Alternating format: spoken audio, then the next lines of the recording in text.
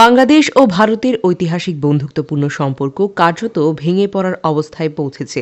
গত আগস্ট মাসে শিক্ষার্থী জনতার অভ্যুত্থানের মুখে টিকতে না পেরে বাংলাদেশের সাবেক প্রধানমন্ত্রী শেখ হাসিনা ভারতে পলায়নের পর থেকেই হিমশীতল পর্যায়ে পৌঁছেছিল দক্ষিণ এশিয়ার দুই প্রতিবেশীর মধ্যকার বন্ধুত্বপূর্ণ সম্পর্ক। তবে গত কয়েক সপ্তাহের ঘটনা প্রবাহের দিকে নজর বুলিয়ে দেখলে সহজেই অনুমেয় যে হিমশীতল অবস্থা থেকে চরম তিক্ত অবস্থার দিকে যাচ্ছে দুই দেশের সম্পর্ক।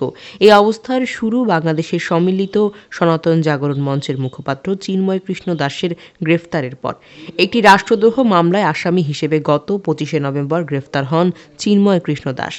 এদিকে চিন্ময় কৃষ্ণ দাসের মুক্তির দাবিতে বাংলাদেশের সীমান্ত সংলগ্ন দুই ভারতীয় রাজ্য পশ্চিমবঙ্গ এবং ত্রিপুরায় আন্দোলন শুরু করে বিজিবি এবং তার অন্যান্য মৃত হিন্দুত্ববাদী সংগঠন।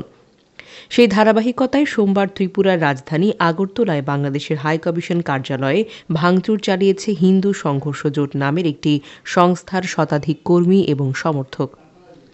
এই ঘটনায় ক্ষুব্ধ প্রতিক্রিয়া জানিয়েছে বাংলাদেশের অন্তর্বর্তী সরকার। বাংলাদেশে নিযুক্ত ভারতের রাষ্ট্রদূতকে তলব করা হয়েছে। অন্যদিকে ভারতের কেন্দ্রীয় সরকারও এই ঘটনায় খুবই দুঃখজনক বলে উল্লেখ করেছেন। হাইকমিশনে কার্যালয়ে হামলার অভিযোগে ইতোমধ্যে ৭ জনকে গ্রেফতার করেছে ত্রিপুরা পুলিশ। আপাততভাবে মনে হতে পারে শেখ হাসিনা ভারতে পলায়ন এবং চিন্ময় কৃষ্ণ দাসের গ্রেফতারই বাংলাদেশ এবং ভারতের সাম্প্রতিক টানাপোড়েনের উৎস বা কারণ।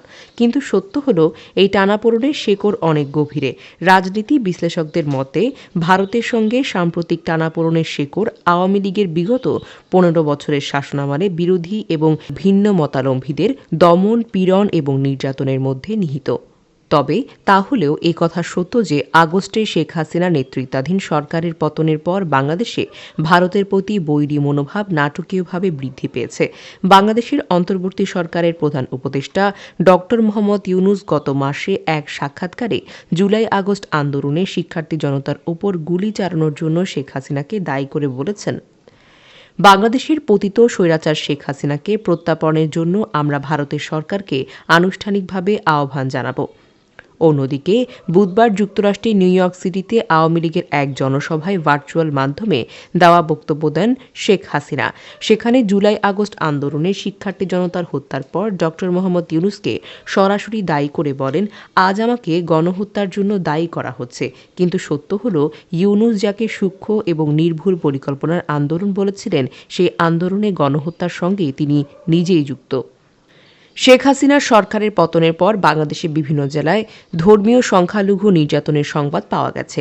ভারতের সংবাদ মাধ্যমগুলোতে এসব সংবাদ বেশ গুরুত্ব দিয়ে প্রচার করা হচ্ছে এবং নয়াদিল্লিতেও আনুষ্ঠানিক এবং দাপ্তরিকভাবে এই নিয়ে উদ্বেগ জানিয়েছে। ভারত ও বাংলাদেশের সাম্প্রতিক টানাপোড়েনের একটি গুরুত্বপূর্ণ দিক হতে পারে এটি। কারণ ড মোহাম্মদ ইউনূসের দাবি যে বাংলাদেশে ধর্মীয় বিশ্বাসের কারণে কোনো জনগোষ্ঠীর সাথে বৈষম্য করা হয় না। এখানে উল্লেখ্য যে ১৭ কোটি মানুষ অধ্যুষিত বাংলাদেশের মোট জনসংখ্যার ১০% হিন্দু এবং ঐতিহাসিক কারণেই এই হিন্দু সম্প্রদায়ের একটি বড় অংশ আওয়ামী লীগের সমর্থক।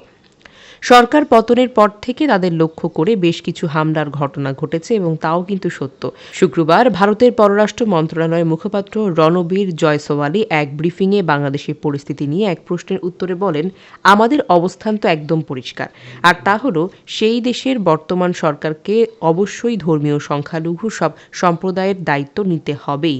তবে অন্তর্বর্তী সরকারের প্রধান উপদেষ্টার প্রেস সেক্রেটারি শফিকুল আলম আল জাজিরার কাছে দাবি করেছেন, অতীতে যে কোনো সরকারের তুলনায় বর্তমানে বাংলাদেশি হিন্দুরা বেশি সুরক্ষিত। বাংলাদেশি বংশোদ্ভূত রাষ্ট্রবিজ্ঞানী এবং নরওয়ের অসলো বিশ্ববিদ্যালয়ের গবেষক আল জাজিরাকে বলেছেন, আগরতলায় বাংলাদেশের সহকারী হাইকমিশন কার্যালয়ে হামলা নিশ্চিতভাবেই দুই দেশের মধ্যকার উত্তেজনাকে আরও বৃদ্ধি করতে পারে। বিগত সরকারের আমলে উভয় দেশের মধ্যে যে স্থিতিশীল সম্পর্ক ছিল, বর্তমানে সেটি পুরোপুরিভাবে এলোমেলো হয়ে পড়েছে। দুই প্রতিবেশীর মধ্যে দিন দিন অবস্থার সংকট প্রকট হচ্ছে। বাণিজ্যিক সম্পর্কের মধ্যে এর প্রভাব পড়ছে কিনা তা কখনোই নিশ্চিতভাবে বলার উপায় নেই। বাংলাদেশে নিযুক্ত ভারতের রাষ্ট্রদূত প্রণয় ভার্মা অবশ্য মঙ্গলবার ভারতের দৈনিক দ্য হিন্দুকে এক কথা বলেছেন, বাংলাদেশ এবং ভারতের সম্পর্ক শুধু একটি এজেন্ডার উপর ভিত্তি করে চলতে পারে না। এই সম্পর্ক বহুমাত্রিক এবং উভয় দেশই পারস্পরিক সহযোগিতার ভিত্তিতে শান্তি, নিরাপত্তা এবং উন্নয়নের অংশীদার হতে ইচ্ছুক।